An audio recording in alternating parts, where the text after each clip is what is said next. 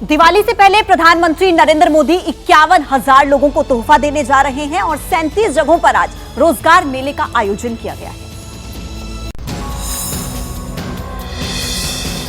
प्रधानमंत्री मोदी आज दोपहर 1 बजे वीडियो कॉन्फ्रेंसिंग के जरिए नवनियुक्त कर्मियों को 51,000 से ज्यादा नियुक्ति पत्र वितरित करेंगे।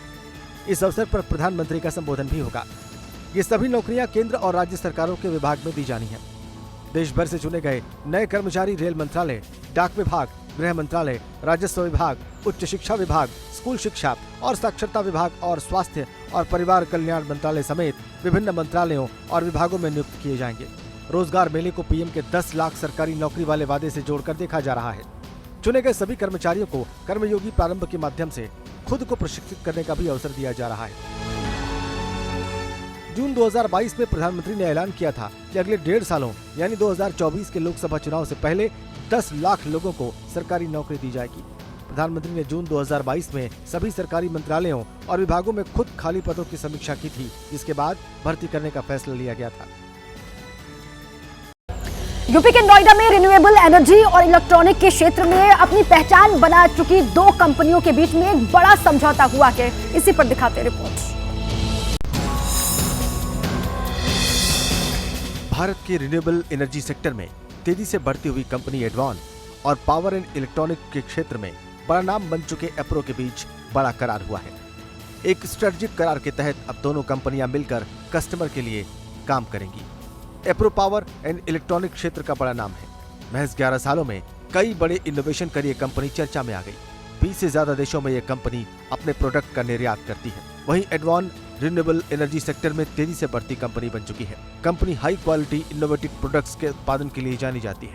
महज कुछ ही समय में कंपनी ने सेल्स और मार्केटिंग में अलग पहचान बना ली है। एडवान पिछले 2.5 साल से चैनल में काम कर रही है और बहुत अच्छा काम कर रही है। R&D पर जितना खर्चा एप्रो करती है शायद ही कोई कंपनी इस फील्ड में काम करती है। उस टेक्नोलॉजी के लिए हमने ये अलायंस किया है। वहीं एप्रो कंपनी के फाउंडर का कहना है कि एडवान के साथ मिलकर वो अपने प्रोडक्ट की रीच कस्टमर तक पहुंचाने वाले हैं। हमने यही सोचकर एडवान के साथ पार्टनरशिप की है कि एडवान क्योंकि sales and marketing focus company है तो प्रोडक्ट की रीच मार्केट तक बढ़ाएगी।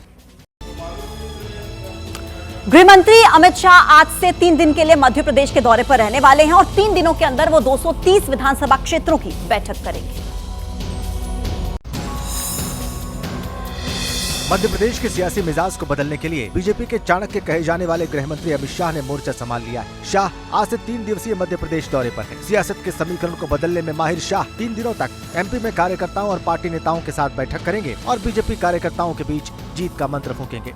शाह के दौरे को लेकर प्रदेश भर के कार्यकर्ताओं के बीच जोश नजर आ रहा है। मध्य प्रदेश के चुनाव को विशेष रूप से वो देख रहे हैं। उनके 3 दिवसीय दौरे का बहुत महत्व है और भारतीय जनता पार्टी की जीत सुनिश्चितता की ओर बढ़ेगी। बता दें कि सबसे पहले आज दोपहर करीब 1 बजे के आसपास अमित शाह एक कार्यक्रम में शिरकत करेंगे। उसके बाद करीब 1:30 बजे के आसपास शाह जबलपुर पहुंचेंगे, जहां वो बीजेपी की संभागीय बैठक को संबोधित करेंगे। दोपहर 2:45 बजे शाह छिंदवाड़ा में एक रैली करेंगे और उसके बाद शाम 6 बजे के आसपास भोपाल और नर्मदापुरम में कार्यकर्ताओं को संबोधित करेंगे। 29 अक्टूबर को अमित शाह उज्जैन में बाबा महाकाल के दरबार में मत्था टेकेंगे और फिर रोड शो में हिस्सा लेंगे। कांग्रेस ने तेलंगाना चुनाव को लेकर अपनी दूसरी लिस्ट जारी कर दी है। इसमें भारतीय क्रिकेट टीम के पूर्व कप्तान मोहम्मद अजहरुद्दीन को कांग्रेस ने मैदान में उतारा है। देखिए रिपोर्ट। सीईसी की बैठक के ठीक एक दिन बाद शुक्रवार को कांग्रेस पार्टी ने तेलंगाना विधानसभा चुनाव के लिए उम्मीदवारों की दूसरी लिस्ट जारी कर दी। इसमें 145 कैंडिडेट्स को टिकट दिया गया है। राज्य की कुल 119 विधानसभा सीटों में कांग्रेस अब तक 2 पालियों में 100 उम्मीदवारों का ऐलान कर चुकी है। कांग्रेस पार्टी के उम्मीदवारों की दूसरी सूची में भारतीय क्रिकेट टीम के पूर्व कप्तान मोहम्मद अजहरुद्दीन का नाम शामिल है। पार्टी ने अजहरुद्दीन को हैदराबाद के जुबली हिल्स सीट से मैदान में उतारा है। मोहम्मद अजहरुद्दीन और कांग्रेस का साथ करीब 2 दशक पुराना है। साल 2009 में अजहरुद्दीन कांग्रेस के टिकट पर यूपी के मुरादाबाद से चुनाव जीतकर संसद पहुंचे थे, लेकिन 14 के चुनाव में मोदी लहर में उन्हें राजस्थान के टोंक से हार का सामना करना पड़ा। हालांकि 2018 में कांग्रेस ने उन्हें तेलंगाना कांग्रेस का कार्यकारी अध्यक्ष बना दिया था। 2018 के तेलंगाना विधानसभा चुनाव के नतीजों पर नजर डालें तो 119 विधानसभा सीटों में से बीआरएस ने 88 पर जीत दर्ज करके सरकार बनाई थी, जबकि कांग्रेस को 19 और ओवैसी की पार्टी को 7 और बीजेपी को सिर्फ 1 सीट के साथ संतोष करना पड़ा था।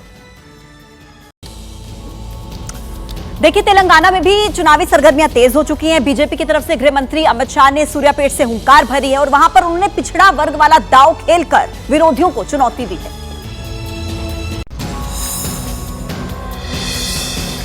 तेलंगाना में लड़ाई त्रिकोणीय है। बीआरएस, बीजेपी और कांग्रेस, तीन पार्टियों की टक्कर। बीआरएस की तरफ से साफ है कि अगर बीआरएस सत्ता में आती है तो मुख्यमंत्री केसीआर बनेंगे। बाकी की दोनों पार्टियों के मुख्यमंत्री चेहरे के बारे में सिर्फ कयास ही लगाए जा रहे थे। इस बीच अब अमित शाह ने एक बड़ा ऐलान कर दिया है। भाजपा की सरकार बनाइए, भाजपा का अगला तेलंगाना का मुख्यमंत्री बैकवर्ड कास्ट से होगा। यानी बीजेपी ने सीएम फेस के रूप में पिछड़ा कार्ड खेल दिया है। शाह ने न सिर्फ अपनी पार्टी की तरफ से सीएम फेस के बारे में बड़ा ऐलान किया, बल्कि विपक्षियों पर भी जमकर वार किया।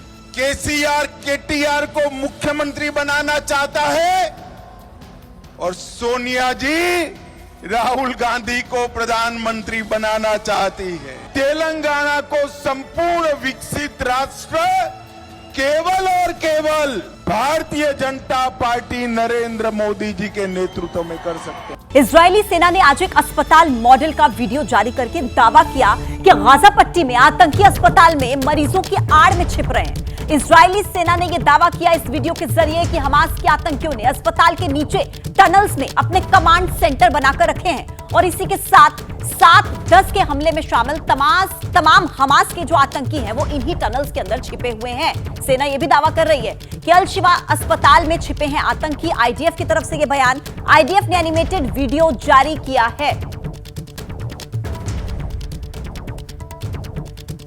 तो आइए आपको कुछ तस्वीरें हम दिखा रहे हैं जिसके जरिए इजरायली सेना दावा कर रही है कि 7-10 के हमले में शामिल तमाम हमास के जो आतंकी हैं वो टनल्स के अंदर छिपे हुए हैं। देखिए, ये वीडियो जो आप इस वक्त देख पा रहे हैं, ये वीडियो जारी किया गया जिसके जरिए इजरायली सेना की तरफ से दावा किया जा रहा है।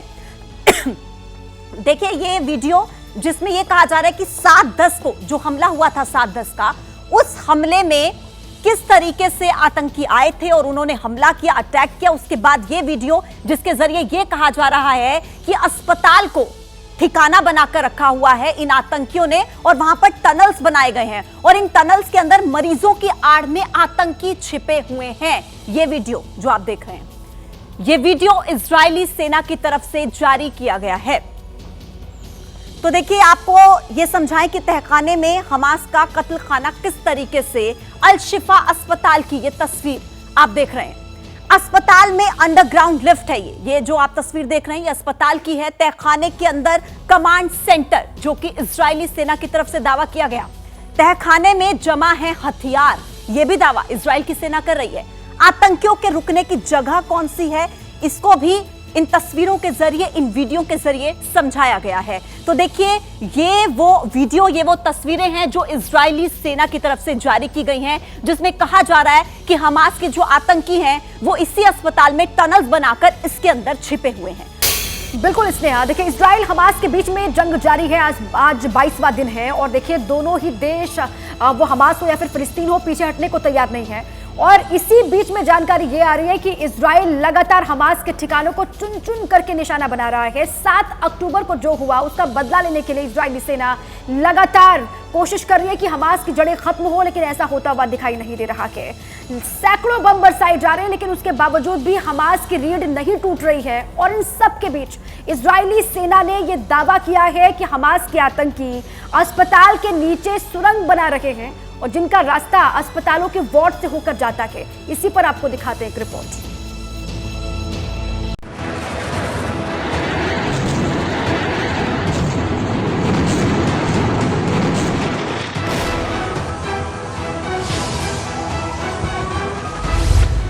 बीती रात गाजा के लिए कयामत की रात रही। इजरायली सेनाओं के फाइटर जेट गाजा पट्टी को चुन चुन कर निशाना बनाते रहे। रात के अंधेरे में उठते बारूद के शोले, आसमान तक पहुंचते आग के गोले। शुक्रवार की रात इजरायली सेना ने अब तक की सबसे बड़ी कार्रवाई को अंजाम दिया। आईडीएफ की ओर से जारी इस वीडियो में रात के अंधेरे में साफ तो नहीं दिख रहा, लेकिन साफ है गाजा पट्टी में छुपे हमास के आतंकी और उनके command centre Israeli jet fighters के निशाने पर हैं।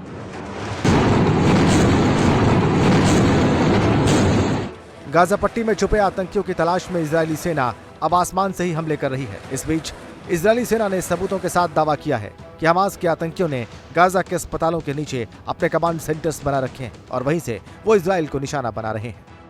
Hamas terrorists operate inside and under Shifa Hospital and other hospitals in Gaza with network of terror tunnels. Hamas also has an entrance to those terror tunnels from inside the hospital wards, meaning from different places of the hospital you can go into an underground tunnel that will provide you shelter. Israeli सेना के प्रवक्ता ने यह भी दावा किया है कि 7 अक्टूबर को इजराइल में कत्लेआम बचाने वाले दहशतगर्द जान बचाने के लिए इसी अल शिफा अस्पताल के नीचे बनी टनल्स में जा छुपे हैं।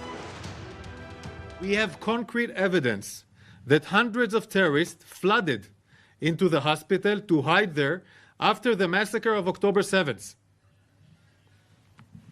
Hamas uses Shifa Hospital as a shield for Hamas terror infrastructure. Hamas wages war from hospitals. By operating from these hospitals, Hamas not only endangers the lives of Israelis, civilians, but also exploit innocent Gazan civilians as human shield. Shifa is not the only hospital, it is one of many. Israel को इसका अंदाजा शायद 10 अक्टूबर को ही लग गया था, इसीलिए उसने अस्पताल के आसपास बनी इमारतों पर बम बरसाए थे। हालांकि आईडीएफ के आरोपों का हमास की ओर से खंडन किया गया है। हमास के बड़े कमांडर इज्जत अल रिश्क ने फलस्तीनी टीवी से बातचीत में कहा है कि अल शिफा अस्पताल को लेकर इजरायली सेना के आरोप आधारहीन हैं। इजरायली पीएम नेतन्याहू भी कह चुके हैं कि हमास नागरिकों और बीमारों को ढाल बनाकर बचने की कोशिश कर रहा है। Hamas is committing a double war crime. Not only is it targeting and murdering civilians with unprecedented savagery, it's hiding behind civilians, their own civilians. We are calling on the civilians to leave Gaza, go south to safe zones, and Hamas is preventing them, often at gunpoint, from doing so. Hamas wants to keep them there as a human shield and prevent the people from leaving and getting out of harm's way. It's important that the entire world understands this. Israeli सेना ने ऐलान कर दिया है कि अगर अस्पतालों और मेडिकल ठिकानों को ढाल बनाकर आतंकी हमले किए जाएंगे तो उनसे भी एहतियात के साथ निपटा जाएगा। When medical facilities are used for terror purposes, they are liable to lose the protection from attack in accordance with international law. The IDF will continue making efforts to minimize harm to civilian population and will continue to act in accordance with international law. For over 2 weeks, the IDF has called and continue calling the civilians of northern Gaza and Gaza City to temporarily move to your own safety, move south to Wadi Gaza. दरअसल Gaza पट्टी के अल Ahli अस्पताल पर हुए हमले में 500 से ज्यादा मरीजों और परिजनों की जान चली गई थी। इस हमले को लेकर पूरी दुनिया में हंगामा मचा था। यह हमला किसने किया, इसको लेकर आज तक रहस्य ही बना हुआ है। हमास इसके लिए इजराइल को जिम्मेदार बता रहा है, लेकिन इजराइल का कहना है कि हमास के संगठन इस्लामिक जिहाद की ही एक मिसाइल मिस होकर अस्पताल पर जा गिरी थी और इसीलिए इजराइल किसी अस्पताल को निशाना बनाने से बच रहा है, क्योंकि ऐसा करने से जो देश उसका साथ दे रहे हैं वो भी उसे किनारा कर सकते हैं। ऐसे में इजराइल को बहुत फूंक फूंक कर कदम रखने की जरूरत होगी। नमस्ते भारत में आगे बढ़ते हैं और चलिए देखते हैं 2 मिनट में देश की अहम खबरें। देश भर में 37 जगहों पर रोजगार मेले का आयोजन, 51,000 युवाओं को पीएम मोदी देंगे सरकारी नौकरी की नियुक्ति पत्र। आज से 3 दिवसीय एमपी दौरे पर अमित शाह सभी 230 सीटों के उम्मीदवारों के साथ करेंगे मीटिंग। प्रियंका गांधी का एमपी दौरा, दमोह में जनसभा को संबोधित करेंगे। छत्तीसगढ़ के चुनावी दौरे पर राहुल गांधी कांकेर और कोंडागांव में जनसभा को संबोधित करेंगे। बिहार के सहरसा में पूर्व सांसद के घर पहुंचे सीएम नीतीश, आनंद मोहन के दादा चाचा की मूर्ति का किया अनावरण। मां दुर्गा को लेकर अभद्र टिप्पणी पर भड़के केंद्रीय मंत्री नित्यानंद राय, कहा ऐसे लोगों को नीतीश तेजस्वी का आशीर्वाद। मिजोरम चुनाव के लिए बीजेपी ने जारी किया घोषणा पत्र। महिलाओं के लिए 33% आरक्षण का वादा। ममता के मंत्री को कोर्ट से नहीं मिली राहत। 10 दिनों तक ईडी की हिरासत में रहेंगे ज्योतिप्रिय मलिक। बिहार के बेगूसराय में सामूहिक दुष्कर्म के मामले में 3 आरोपी गिरफ्तार, 3 की तलाश जारी। देश बंटवारे मामले पर गिरिराज सिंह का विवादित बयान, कहा सभी मुसलमान पाकिस्तान चले गए होते तो देश की ये दुर्दशा नहीं होती। बिहार के छपरा में मूर्ति विसर्जन के दौरान 2 पक्षों में पथराव, 1 दर्जन से ज्यादा लोगों को किया गया गिरफ्तार। महाराष्ट्र के वसई रेलवे स्टेशन के पास ट्रेन हादसा, पालघर जिले में मालगाड़ी के 2 डिब्बे पटरी से उतरे। यूपी के सोनभद्र में आग का तांडव, खड़िया बंद बड़ी बाइक एजेंसी में आग लगी, लाखों का नुकसान हुआ। वर्ल्ड कप में आज न्यूजीलैंड ऑस्ट्रेलिया के बीच महामुकाबला, सुबह 10:30 बजे से धर्मशाला में खेला जाएगा मैच। वर्ल्ड कप के दूसरे मुकाबले में आज बांग्लादेश से भिड़ेगी नीदरलैंड की टीम, कोलकाता के ईडन गार्डन में मैच। विश्व कप में पाकिस्तान ने लगाया शर्मनाक हार का चौका, दक्षिण अफ्रीका ने 1 विकेट से हराया। तो चलिए नमस्ते भारत में आगे बढ़ते बात करते हैं छत्तीसगढ़ की। जिस तरीके से चुनावी दंगल अपने चरम पर है, रोमांच चरम पर है। कांग्रेस जहां एक बार फिर से सत्ता में लौटने के लिए पूरी कोशिश है, ख्वाब देख रही है, ठीक उसी तरीके से बीजेपी की बात करें तो वो भी अपना खोया हुआ सिंहासन वापस पाना चाहती है और इसकी की तलाश जद्दोजहद वहां पर देखी जा रही है। हाई प्रोफाइल सीट माने जाने वाली राजनांदगांव की बात करें तो 7 नवंबर को मतदान होना है। ऐसे में बीजेपी की तरफ से उम्मीदवार हो या फिर बड़े दावेदार, वो वहां पर कैसे चुनाव के प्रचार की रणनीति के साथ जमीन पर हैं, इस रिपोर्ट को देखिए।